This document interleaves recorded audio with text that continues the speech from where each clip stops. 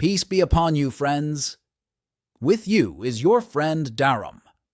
I ask you to support the channel by subscribing, liking, and posting motivating comments and an enjoyable viewing experience for you. So I looked in the direction of the sound, and it was this stranger that I had met at the grave. He was waving his hand for me to wait as he ran towards me with that strange smile on his face. I clearly remember his yellow smile, his wide eyes, and his headdress, the likes of which I had never seen before in my life. He had signs of a different time than the one we live in, and other signs that I could not explain. When the man arrived and stood in front of me, he placed his hand, which still held some grave dirt, on my shoulder, looked into my eyes, smiled, and said, "May God reward you for the deceased." I looked at him in surprise and did not respond. I kept looking at him and staring into his eyes, which were filled with red veins radiating into the yellowish whites of his eyes, and I could not stop staring at his strange appearance. He had dark skin, but his features were not like other people who had that degree of tan. His nose was drawn like a sword, his lips were small, he did not have a mustache or beard, and the smell of his perfume was suffocating. I remember that his smell was strong, like vinegar, but it was more like the smell of basil. I kept staring at that man until he lowered his hand from my shoulder, which was stained with the dirt of the grave, and smiled and said, "I'll see you tonight." Then he turned his back and left. I stood next to the car with the door half open, with one foot in the car and the other resting on the street so I could raise my head to look at that man as he left. I noticed that he returned to the cemetery and did not go to the street or the car, and while I was looking at him, my father shouted and said, "Come on!" I got into the car and asked my father about that person and told him, "Who is this man, father?" He told me that he did not know him and had never seen him before, but he might be a friend of the deceased, as he traveled a lot to many far-off countries when he was searching for a cure for the disease that afflicted him. I said to my father, "Who?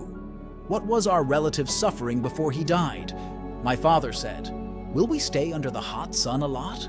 Start the car and move, and I will talk to you on the way." I started the car engine and looked at the cemetery gate, wanting to catch a glimpse of this strange man, but I found no trace of him when I passed by.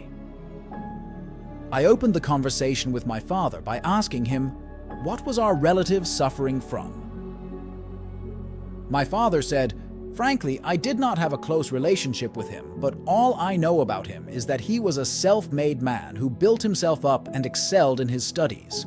He worked in a government job until his marriage, then suddenly decided to submit his resignation and go into business." So I interrupted my father and said, "Did he fail in it?" My father is the exact opposite. His business succeeded in record time and he became well off, and at one time he was the richest person in the family. I said, "But their current home does not indicate their wealth. Rather, he lives with his son and does not own his own home." "Dad, let me finish and don't interrupt me." I said, "Sorry, go ahead, father."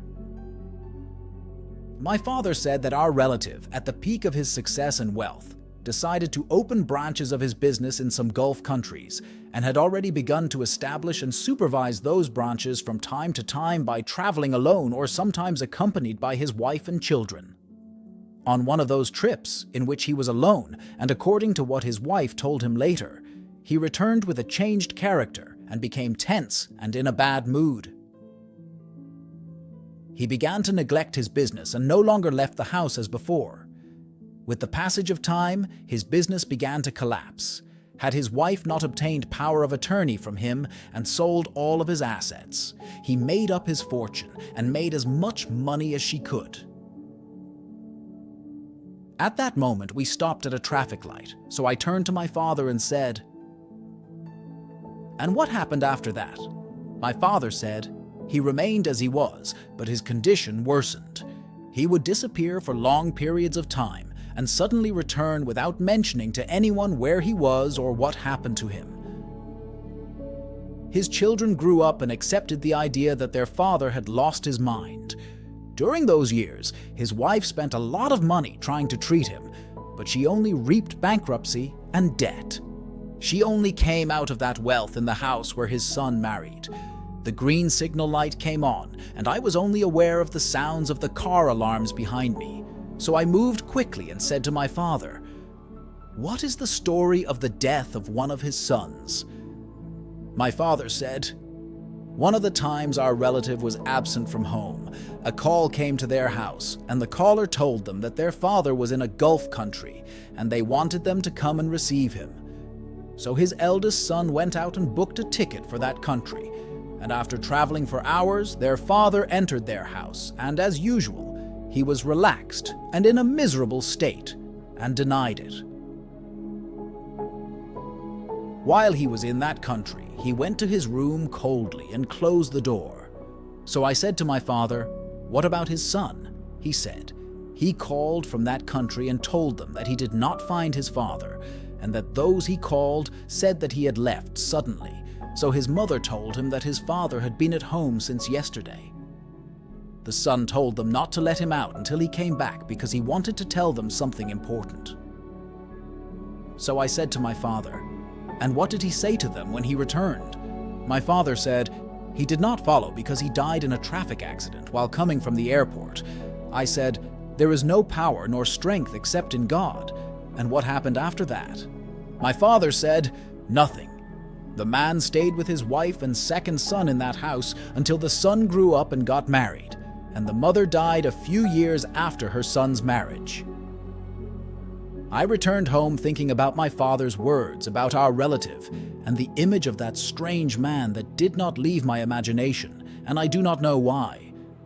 But as soon as we arrived and entered the house, I searched for Al-Qurain's book, and when I found it, I opened it and read it again, and noticed the word, 'done,' written on the preparation page in a different handwriting, but it did not lead me. For something, I put the book down and went out as usual at 9 in the evening to meet my friends. In the middle of the road, the car broke down and stopped. I did not know what was wrong with it, so I got out and opened the hood to examine it, perhaps finding a reason for that malfunction, and then a voice came from behind me and said, 'Greetings! Greetings! May there be no evil.' So I looked behind me, and there was this strange person whom I had seen in the cemetery.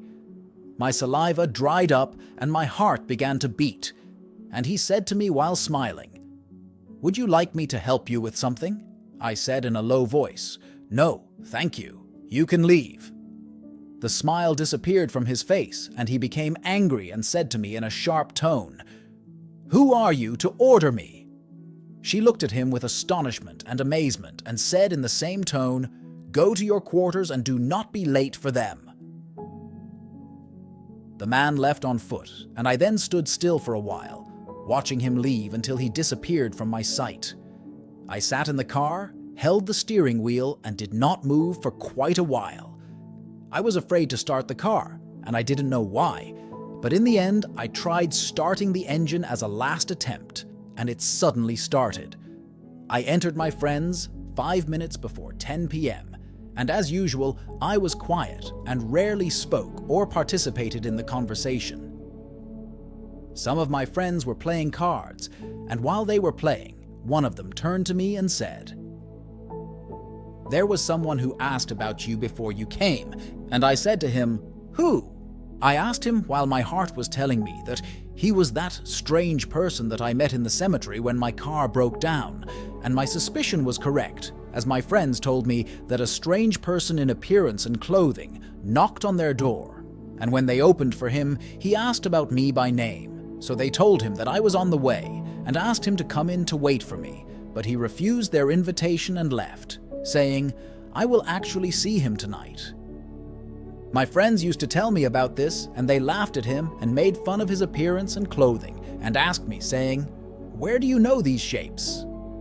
I was smiling as a compliment to them, While in my heart I was afraid of this man and his sudden appearance in my life and his asking about me in this strange way, knowing that I was next to my broken down car.